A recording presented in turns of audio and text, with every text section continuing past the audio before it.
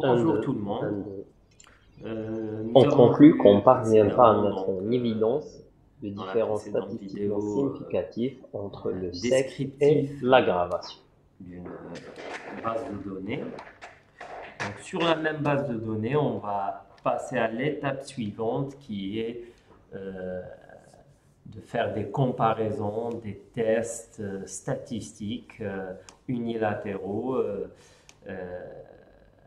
donc, de comparaison de deux variables, donc quantitatif, qualitatif, on va voir pour chaque type. Donc voilà, Euh, on reprend donc la même base de données sur laquelle donc on va créer notre tableau croisé dynamique.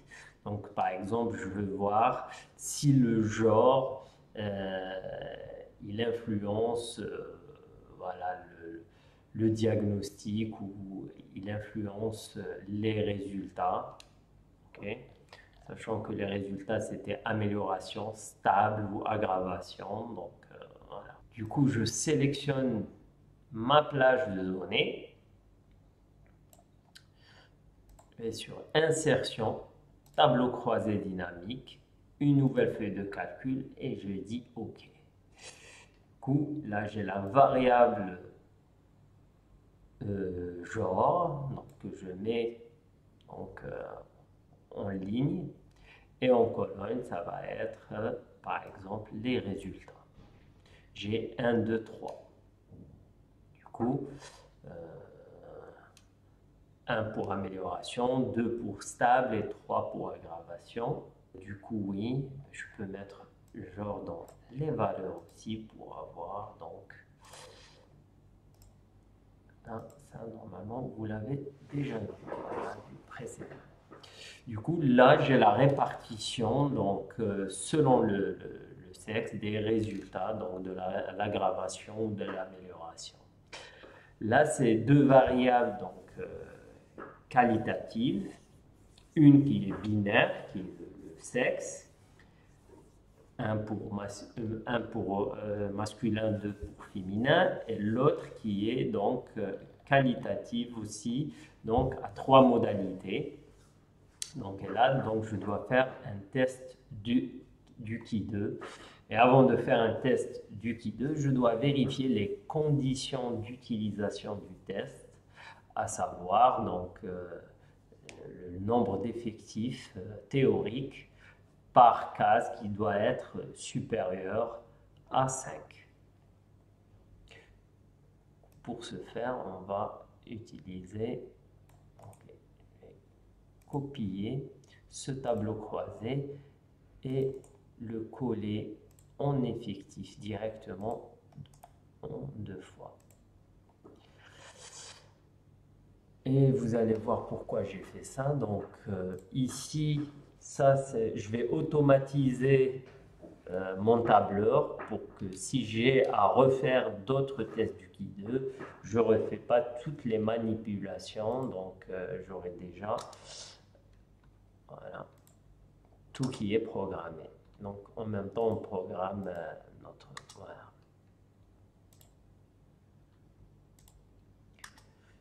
Donc je prends tous les totaux et je le fais égal au totaux du tableau 1. Donc tous les totaux ici, ils sont égaux aux totaux qui sont là. Après, je vais calculer l'effectif théorique qui est égal au total ligne fois total colonne sur le total général. Okay. Total ligne fois total colonne sur le total général. Idem ici, donc total ligne fois total de la même colonne sur le total général. Ici égale aussi total ligne fois total colonne sur le total général. Donc je fais la même chose pour la troisième colonne. Donc total fois total ligne sur total colonne. Ici, c'est égal à 82 fois 47 divisé par 150. Du coup, ici, j'ai ma plage ou mes valeurs théoriques. OK? J'ai 25, 20, 21, 25, 25 et 31. Aucune de ces valeurs n'est inférieure à 5. Donc, je peux très bien utiliser un test du Qui2 pour comparer les deux, donc les deux tableaux.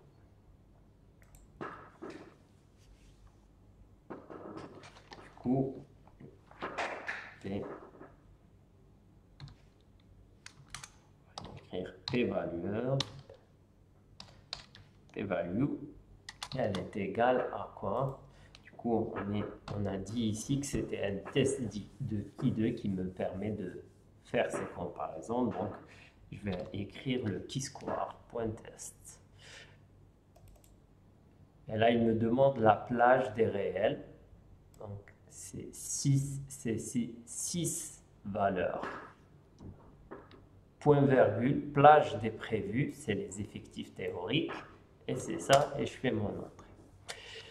Du coup, là, j'ai la p-valeur d'un test du Qui2 qui est de 0,39, qui est supérieur à 0,05. On conclut qu'on parviendra à mettre en évidence les différences statistiquement significatives entre le sexe et l'aggravation. On va revenir ici. Ici, par exemple, pour mieux interpréter, on aurait pu changer donc, les valeurs en pourcentage de la colonne. Voilà.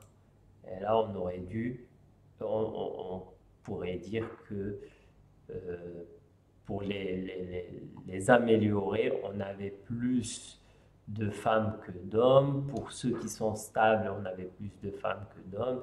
Pour ceux qui sont aggravés, on avait plus d'hommes que de femmes. Voilà. Mais là, ce n'est pas significatif, donc on ne peut rien donc, interpréter de la sorte. Voilà, à la place du sexe, je vais prendre par exemple l'âge. Et l'âge, c'est une variable quantitative, continue, qu'on va essayer de discrétiser. Donc, je vais la rendre en variable binaire. Okay? Par exemple, je choisis 60 ans ou même pas. On va utiliser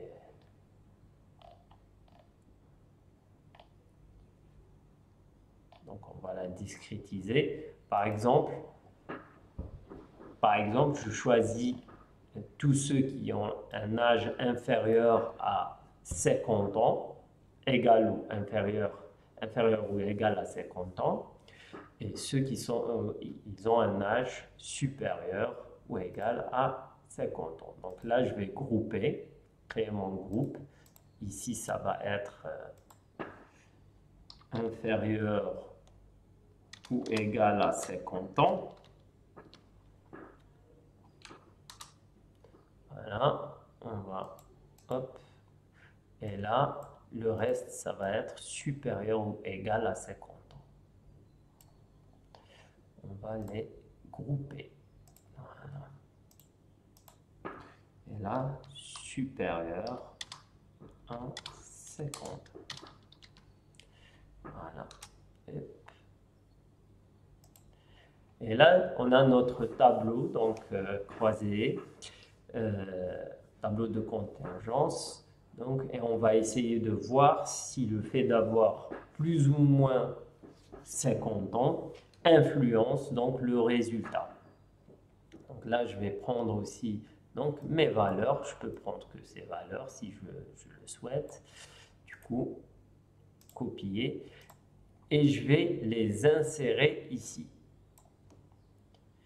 en les insérant ici, automatiquement, vu que j'ai préprogrammé mon tableur, mon deuxième tableau, là j'aurai le changement de la p-valeur.